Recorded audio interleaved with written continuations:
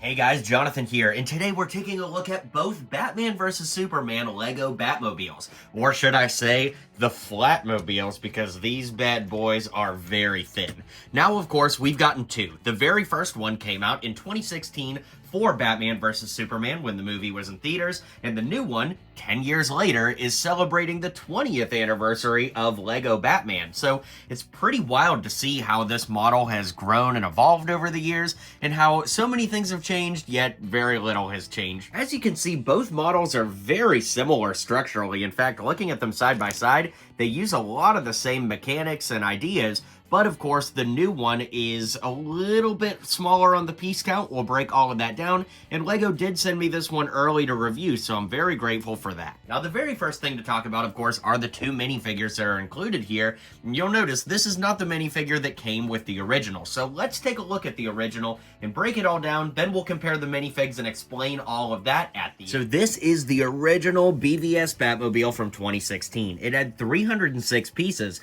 but as you'll see on the box art here, it actually came with more than just the Batmobile. We got two LexCorp workers, as well as a little forklift and some boxes with Kryptonite in it, because the set was actually called Kryptonite Interception. So you got three minifigs. Those two LexCorp workers were exclusive, and it was only $30. Now, of course, adjusted for inflation, that would actually be about $40 today, but I do think you got a lot more for your money with this one compared to the new one. Now, it is interesting. It was a lot more of a playset with the things we just looked at, but of course, we got these stud shooters up front here, very minimal stickers with the Bat logo up front here, and these canopy pieces were actually made just for this set, I believe, and of course, you could fit a minifigure in there.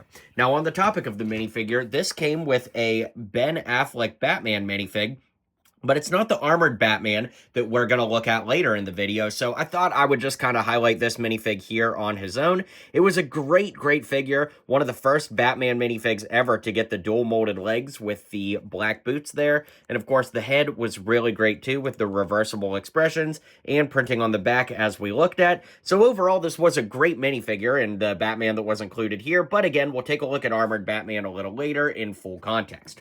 So you could fit Batman inside there. His feet just would go on those studs, and the canopy pieces would just close up exactly like that. Beyond that, I just honestly don't remember in the movie if these were supposed to be like machine guns or something, but they do look good there. And overall, the contouring was very well for its time. I do really like this build quite a bit.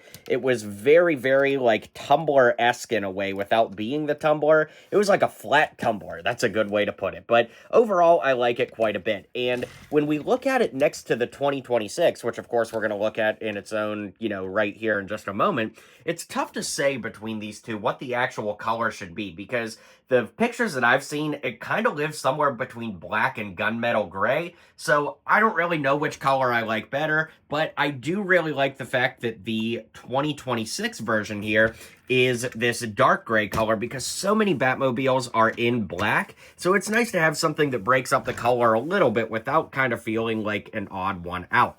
So this one uses a lot more modern building techniques with like these Technic pieces that go around the wheels to make for a more robust, build. I do like that we've got the machine gun turret up front here. That looks great. We have a printed windscreen here, which is pretty unique too.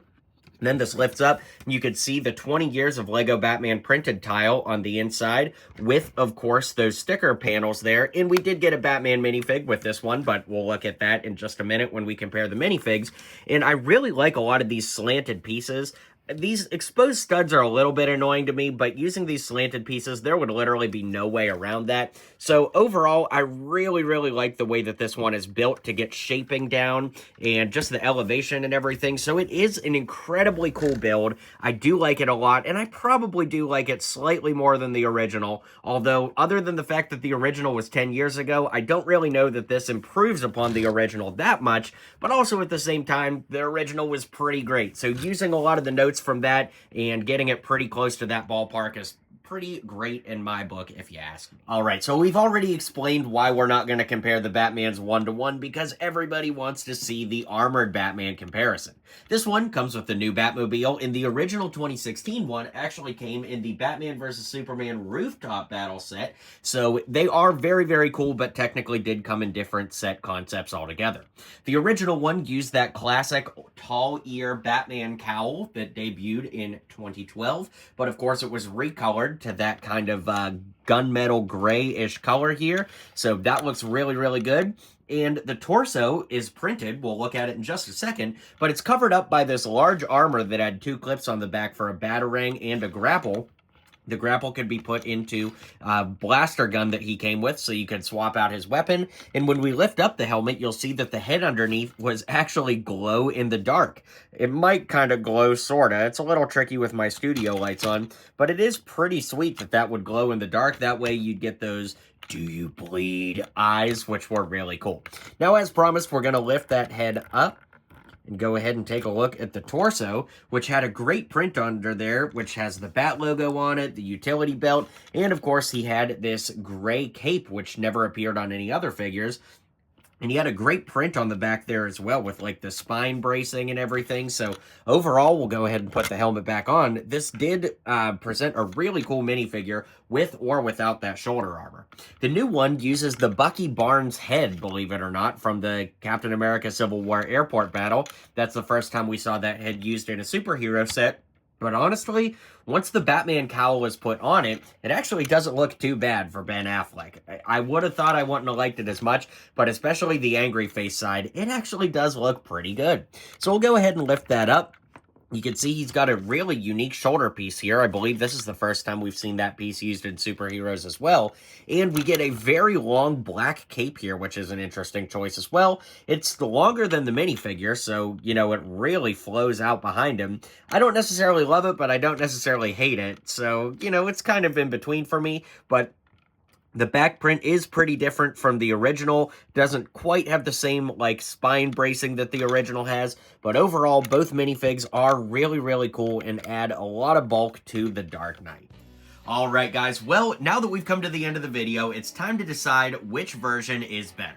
Now, I think it goes without saying that you got a lot more for your money back in the day with the original one. You also got that forklift and 2 more minifigures, whereas with the new one, you just get the Batmobile and a very awesome Batman minifigure. So, it's not to say that either one is particularly bad, but your dollar definitely went a lot further with what you got for 30 bucks with the original, honestly, even adjusted for inflation.